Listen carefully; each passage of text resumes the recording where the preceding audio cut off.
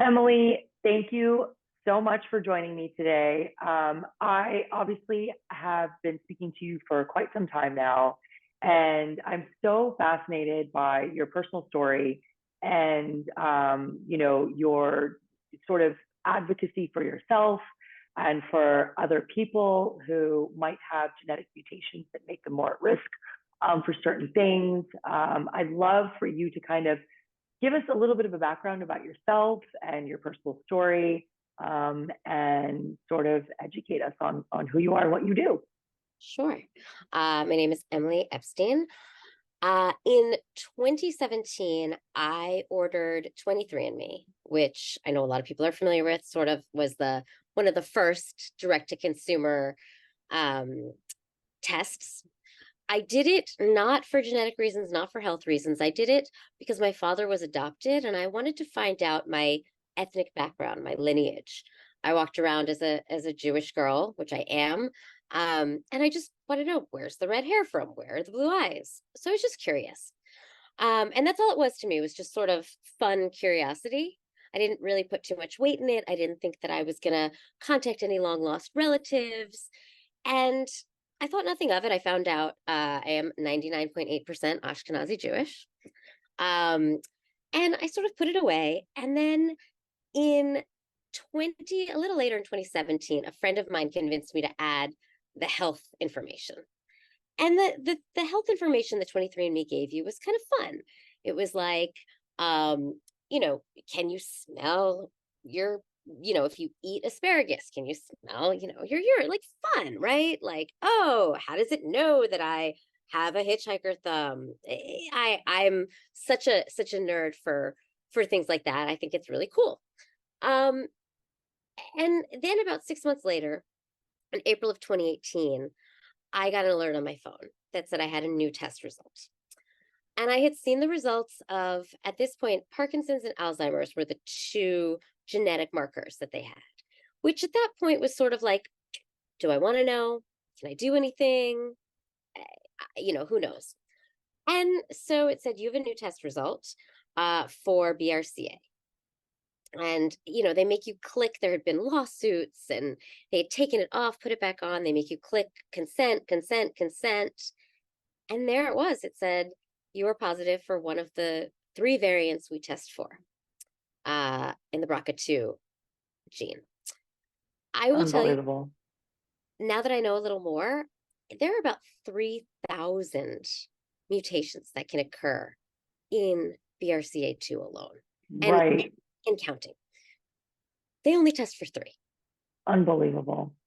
So I found out that information, and there are, in so many ways, how lucky I was and how I was able to change the course of my life with this data and this knowledge that I was prevented with, that I did not go after. I didn't know it was mine to have. And since then, I have been able to have 5 surgeries. I have saved my own life. And now I work with others in my position who are being tested for genetic mutations and who have genetic mutations and have to sort of spend their entire life with screening and prevention and dealing with family members and cancer. Um, and so that's what I do. And that's what 23andMe did for me. As Wow. a caveat, it is not a diagnostic tool. I do not recommend that people use it as I used it. I was lucky. Yes, and that's a really powerful point. You were, I guess, I don't know if lucky or fortunate is the right word, but it just so happened that you have the specific BRCA mutations that they search for. But as you very wisely pointed out, 23andMe and a lot of direct-to-consumer companies that are offering genetic testing are not actually sequencing your entire gene or even, multiple genes. They're just looking for very specific changes in very specific genes. And as you said, something as minimal as three specific variances or mutations in the BRCA gene. And you had one of them, so you were able to receive that information and take action. But a lot of people that have other mutations are not going to get they're not going to get found with 23andMe or other direct-to-consumer tests. So that's super important. Can you tell me a little bit about, obviously you mentioned that you were able to sort of take this information and create an action plan for yourself as far as your healthcare goes. You chose to have preventative surgery, which of course is advised for many women with the BRCA mutations. But can you tell me what that information has really allowed you to do, and how you use that information to sort of empower yourself beyond obviously, what you've done, and how you might be able to share your specific experience with using that information so that others can do the same? Yes. So the first thing I did was went and got it confirmed by a provider Mm, um, who did, 2018, I think it was a 47 gene panel just for the cancer. We call them hereditary germline cancer mutations. There are, I said 3,000 mutations in BRCA2 alone. There are other chromosomes, and they're finding new ones every day. There's CHEK2, there's PALB, there's exactly. Lynch syndrome, there's BRCA1. There are tons of them. Sure. So I got my results back and it was confirmed. Now, as I mentioned before, my father was adopted. So, and the reason I know this came from him is because obviously I had my mom tested after I tested positive. My father passed away in 2011 of Sorry. leukemia, which, as far as we know, is not related, but it might be. Mm, Can't we can't test him for anything else.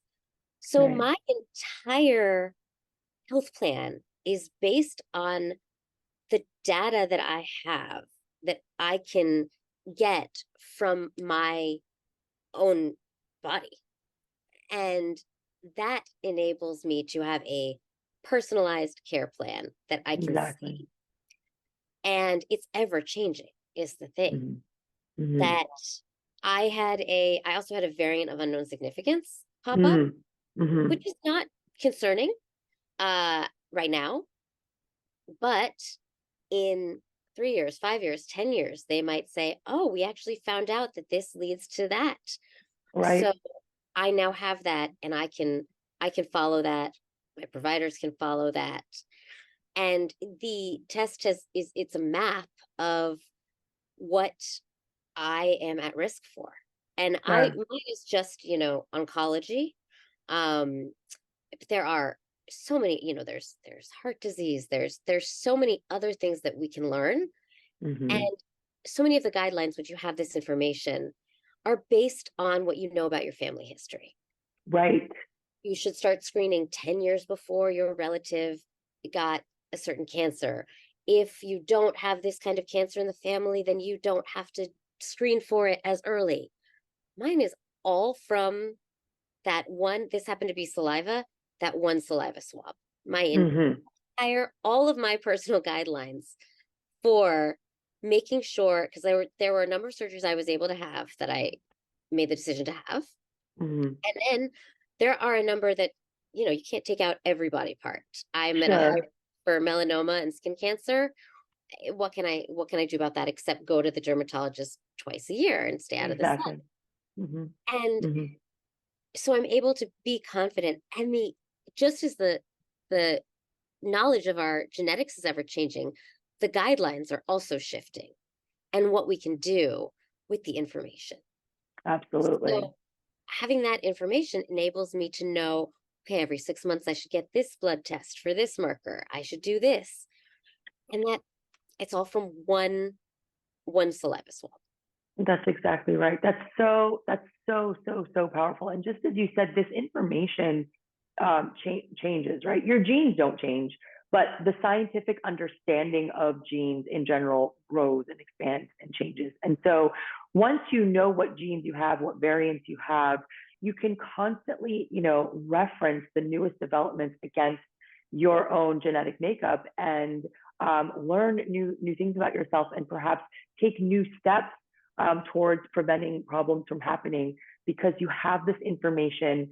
It's there. It's sequenced and it's like I said, not changing, but you're constantly, comparing it to all the new scientific changes. So it's really, really unbelievably powerful. And obviously that happens through clinical genetic sequencing, not necessarily direct to consumer, testing, since they're not actually sequencing your genes. I just to back up what I think is really, really great about how actionable it is you can also stop future generations from Yes, having mutation. yes, You can you can protect your unborn child from, yeah, I know. which is incredible. I have an 8-year-old daughter. I didn't have that choice, and I don't know if I would have made that decision, but the amount of knowledge that you are armed with gives you so much power to be healthy. And It really does. Yeah. yeah, as you said, it was not a 23andMe. In a way, getting the results from 23andMe angered me that this was not something I knew about before. Hmm. Hmm. I had no idea. There's something to be said about the empowerment that companies like 23andMe offer, right? They really were one of the first companies to just give people access to their genetic information. And I think that's so powerful. And I really have, and I know you don't either, have anything bad to say about 23andMe. The only thing that needs to be clarified is while they're doing a great thing, they're not doing everything. And that's okay. Not every company can do everything. Not every product or service can cover everything. But it's really important for people to understand that the genetic testing that they do get from companies like 23andMe is limited. And it's a great start, and it saves lives. It's obviously saved your life and potentially millions of other people. But I think it's really important for people to understand that that is just scratching the surface on, genetic information. And you really do need a clinical test to understand where your real true risks are. So I think that's an absolutely great point. One thing I want to kind of understand is what was your experience specifically with the direct to consumer test and the company itself? I know you had a generally positive experience. I know that we had talked before about the fact that your results were kind of just handed to you, and there wasn't really clinical guidance or expertise or expert guidance that sort of you were given from the company. You sort of had to find that on your own after you received the results. Can you talk a little bit about that piece? Yeah, I mean, look, they cover their bases, which I think is great. Sure. They ask for consent, and then they say, for more information, contact, your provider, or there may even be a link to, you know, genetic counselor website. They try to help guide you to that information as much as anything in the palm of your hand can guide Sure. you. Nobody can jump out of the phone and take your hand and say, you're about to go through something kind of intense. Let's talk about it. Right. So that was one of the hardest parts for me was, I went to my provider at the time, just my gynecologist. And in 2018, this wasn't something that was, it wasn't, there had been Angelina Jolie, but that was about it. And Yeah. it was polarizing. People were very, very mixed on what that meant and didn't have enough information. And so I went to my provider and they said, "Oh, you don't have any cancer in the family and it's not a diagnostic tool, but if you want to get tested, you can." Now Mm, there's a misconception that only women need to test for a lot of these cancer genes exactly. because there's such prominence of breast cancer. First of all, not true at all. There are, men can pass it on to their daughters, and there are a number of different cancers that go with this. But that is probably the most common misconception that I ever see. And Yeah. so when you think about a family history, if you're a woman and you think about breast cancer, I think about my mom's side, which is Exactly. ridiculous because, obviously my dad was adopted, but if he weren't, he has sisters, he has a mom. Like, why is that any different? And we just think breast cancer, ovarian cancer, women, and no cancer on my mom's side of the family. So Right. I Right. thought, and back to what we said about about how the testing of 23andMe is limited. Imagine if it had gone the other way and I did the test and, oh, you negative. Exactly. Because If you what, didn't have one of those mutations, if you had a right, different mutation that they don't look for, you would have right. been negative. Oh gosh, that gives me chills just to think Yeah. about the fact that this could have been missed. Yeah. Unbelievable. So yeah, so One, I go don't know if ahead. so I went to my provider and they retested, and then I went to a genetic counselor, and the amount of information that was thrown at me is insane with what Yeah, you do with the information. And I think that was sort of for me, I wish that 23andMe had sort of led me to someone that would tell me what to expect from that, hmm, or what it meant, or what might happen, the next steps, because I had no idea that I was going to go in and they were going to say, come in for a mammogram, come in for an MRI, come in for an ultrasound, decide about this body part, this surgery. right. It was, I had no idea. And I don't want that in an app, I want that in somebody that I can talk to, maybe someone I can talk to virtually, but just a back and forth to look at me and Of say, this course, is happening. of course, absolutely. You brought up so many good points, but one thing I really want to emphasize here is the family history piece. Your provider kind of said, you know, you don't really have a family history of this type of thing, so maybe don't worry, but if you want to do it, fine. You know what? The reason I emphasize this is because studies are showing, study after study, even a huge study with the Queen of BRCA herself, Mary Claire King, showed that 50%, half of the women with BRCA mutations have zero family history of breast or ovarian cancer, zero. And those women would have been completely missed by current guidelines. And so, depending on family history, to kind of give you a solid picture of what could potentially happen to you is not really the best thing. In a lot of cases, it catches people, and in a lot of cases, it misses people, literally 50-50, right? Half the women have a family history and they get tested, and sure enough, they have something. Half the women have no family history, and then they get tested and they find that there's something in their genes that puts them more at risk. So family history is not necessarily a fantastic indicator. And this is why more universal testing, I think, is so important. But you trusted your intuition, you trusted your curiosity, and you used a company like 23andMe, which does amazing things. Obviously, it brings testing directly to people. And you were one of the ones that had that particular mutation that puts you more at risk. And you were sort of able to empower yourself. I'd love to hear a little bit more. I know you, again, touched on it briefly, but the current method of getting clinical genetic testing is not through a company like 23andMe, right? D2C genetic testing is not clinical testing. And doctors will tell you that. Even the companies themselves will tell you that it's not clinical testing. Now, I'd like to talk about the current method of getting a clinical test. What does that look like for anyone that wants to get a test? Is it difficult? Are doctors more amenable to the idea? Are they more resistant to the idea? Walk me through the current state of accessing clinical testing outside of a direct-to-consumer company. It is difficult. It Yeah, is difficult because of a lack of knowledge and insurance, I would say, are yeah, the two main things. Providers on a whole are not trained in this, nor yeah, do they feel comfortable counseling a patient through the process. right, And they're not, there need to be more genetic counselors.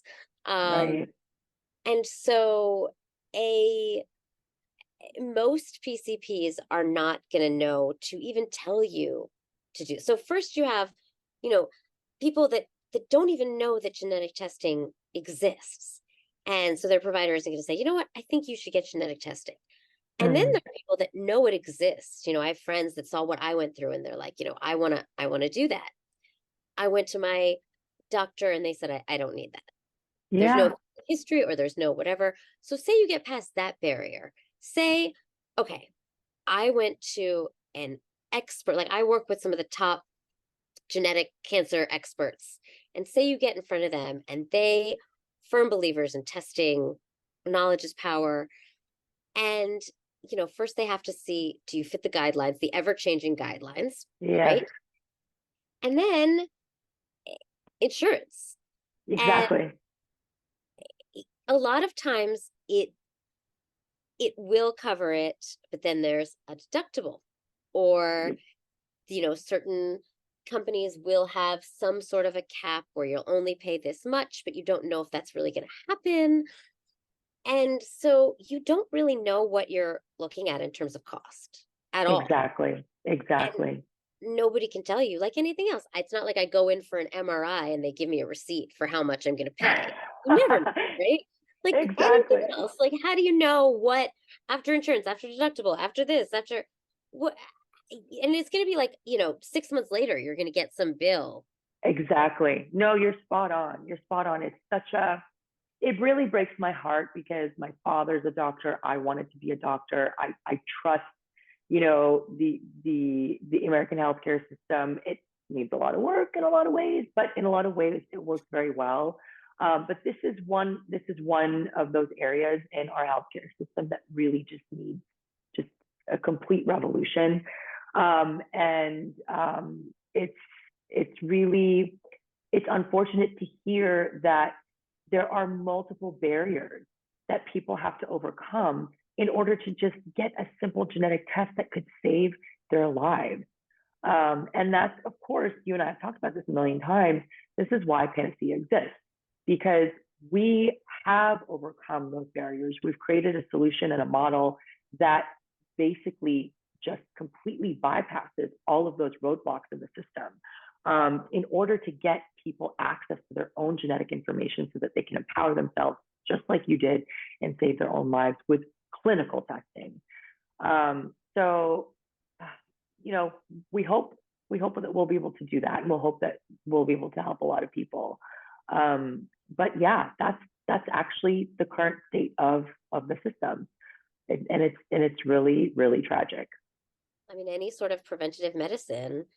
I mean, eh, this I often say this. I know how many things are wrong with this statement in terms of that it could actually happen. But if we were able to test every single person for their genes, their mutations, what they were at risk for, create a personalized prevention system for them and screening system, I we would save so many lives, and we would save so much money, so much time, so much stress, so much.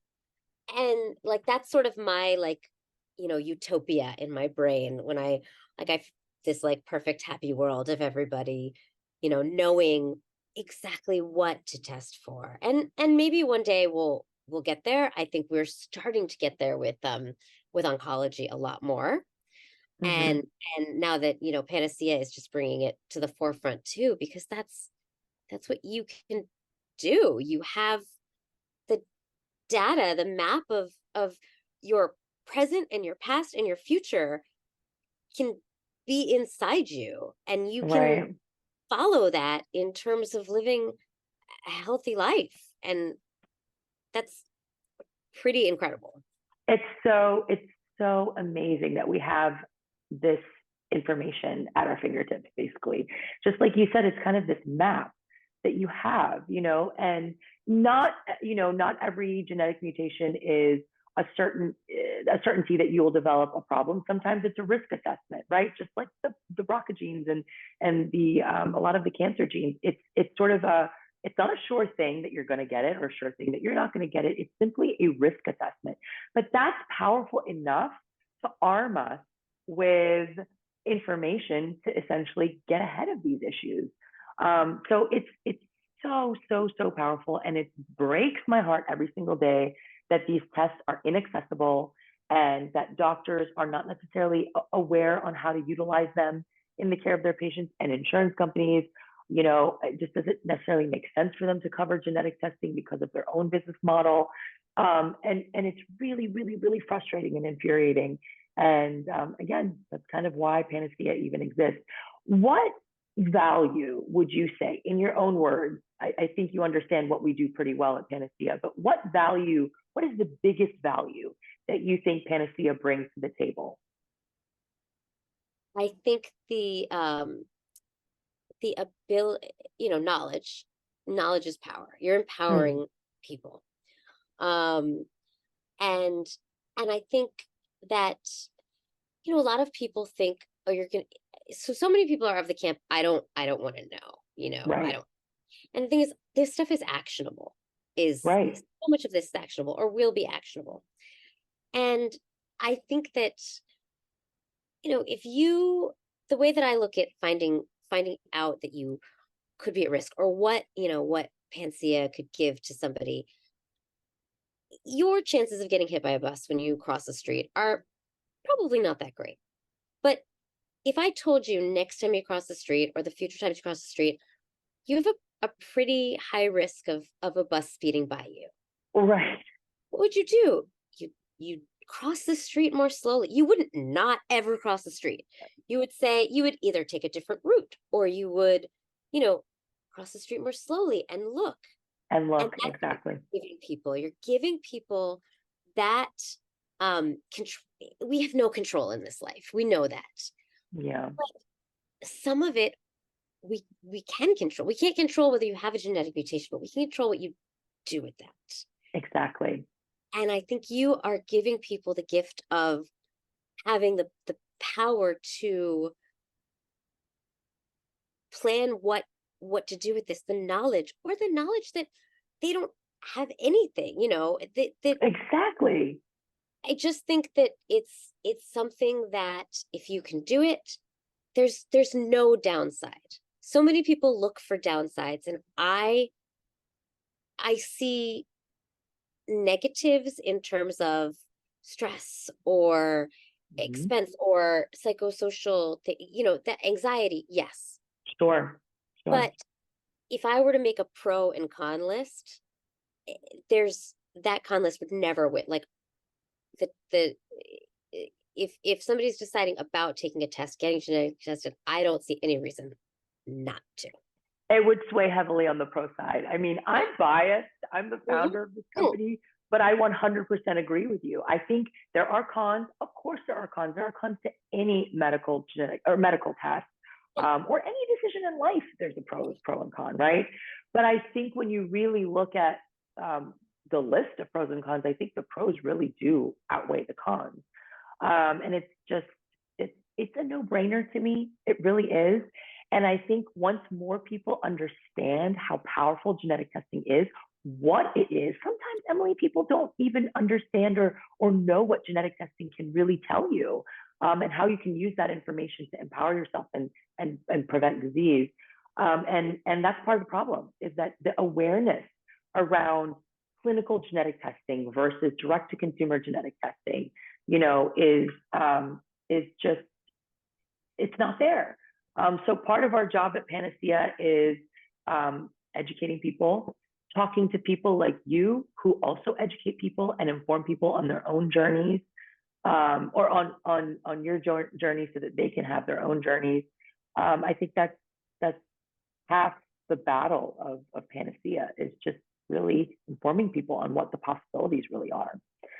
So I really appreciate that you're helping me do that today. Of course, I think uh, that this statistic is ever changing, but it's like, what is it? Only the amount, we talked about this before, the percentage of the population that potentially carries a mutation versus the percentage of people that know that they have it. yeah, So there, it's astounding. I don't want to misquote the number. it is. So I looked at one study, and that study showed a range between 60 and 80% of people that really need genetic testing, meaning people that are highly likely to have genetic mutations, are not getting tested. So the vast majority of people whose lives could be saved with genetic testing are not getting tested, primarily because they haven't been told about it. by their providers. Right. And secondly, even if they have been told, they don't know where to get it. Their insurance might not cover it. They're just not armed enough in order to just go out there and take the bull by the horns and say, all right, I'm going to do this. So most people whose lives, again, could be saved or changed by genetic testing are not getting it. So it's a massive, massive issue. And that's what we aim to change at Panacea. Yeah. Yeah. Emily, tell me what you hope somebody will take away from this conversation. I hope that people will take away that this is, I just want this to be on people's radar. I'm not telling people what to do. I'm not telling people where to do it. Exactly. I adore you. I love Panacea. I love what it does. But I want people to take away that genetic testing can save lives. That's right. And this is a really, really great way to do it. If this isn't the way you're going to do it, there are, other, but I want people to know that it exists. I want people to think, is this something I should do? And that's, if this raises awareness, then great. I agree. I agree fully. I mean, again, I'm biased. I hope people come to Panacea to get the best possible experience, the most information they can, because we offer whole exome sequencing and physician guidance and genetic counseling all in one place. We try to make it as easy and affordable as possible for people. But if they don't choose us and they choose a different company that offers something similar to what we do, which is not a lot of companies, but still, or if they go to their doctor and they convince their doctor to somehow order the test and magically they can get it covered by insurance, go do it. Go do it. I mean, at this point, it doesn't even matter. Just get it done, arm yourself with this information and take control of your health and maybe save your own life. I found it's approximately 4 million people that have a pathogenic variant that's just associated with cancer. I want to be very clear. We're just talking about cancer. Sure. And less than 5% of people with hereditary cancer syndrome, which is having one of these mutations, no. There you go. So, and I mean, and Panacea differs because it's, whole exome. And I know you talk so much about that. And my plug on that is, if you could do it, why not? It's one blood draw that it's actually a mouth swab with a mouth swab. Well, there you go. Yeah. So it's one mouth swab that, I mean, that's my knowledge and expertise and personal journey was through cancer, which is why. But there's so much more than that. Absolutely. Absolutely. Yep. And such a bigger map. Absolutely. And that's why, like you said, whole exome is so powerful because it sequences every gene and it covers cancer predisposition. It covers cardiovascular problems. It covers metabolic. It covers so much, even though what we know about genetics today in science overall is still very small. What we do know can be identified through comprehensive genetic testing like whole exome sequencing. And Emily, I mean, I know you can vouch for this. There is no chance an insurer is going to cover whole exome sequencing for prevention for anybody. They don't even cover it for people who are sick or children that are sick that need whole exome sequencing in order to figure out what's wrong with them. So there is no way any insurer is going to cover whole exome sequencing for prevention. So I just want to make that very clear. And that's what we really do offer at Panacea. Even doctors aren't going to order a whole exome test. They're going to order a panel of cancer genes, or maybe a more comprehensive panel, but they're not going to order whole exome. So this is why, what we're doing is even another level of importance, because we're really, really giving people access to everything, all of their information. And whatever information doesn't show up in the report will show up in the raw data, which is something we also offer for free. So it's super, super comprehensive, and it's not likely that anyone's going to really be able to get this information in a lot of other places.